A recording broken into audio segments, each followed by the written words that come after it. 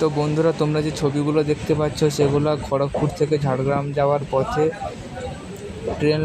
ট্রেনের অ্যাক্সিডেন্টে ভয়াবহভাবে দুটি হাতির মৃত্যু হয়। যেই জায়গাটায় অ্যাক্সিডেন্টটা হয়েছিল ওই জায়গাটায় আজকে দুপুরবেলা তিনটি বাচ্চা হাতি এবং একটি মাঝারি ধরনের হাতি এসে ওই ট্রেন লাইনে দাঁড়িয়ে যায় এবং দুটি চলন্ত ট্রেনকে আটকে দেয়। হাতিগুলোর চোখ থেকে অবিরাম জল বেরিয়ে যাচ্ছে। সত্যি দেখলে খুব দুঃখ লাগবে। মানুষ ছাড়াও বিশ্বে এমন অনেক জীবজন্তু আছে যাদের নিজেদের মানুষ হারালে কষ্ট পায়।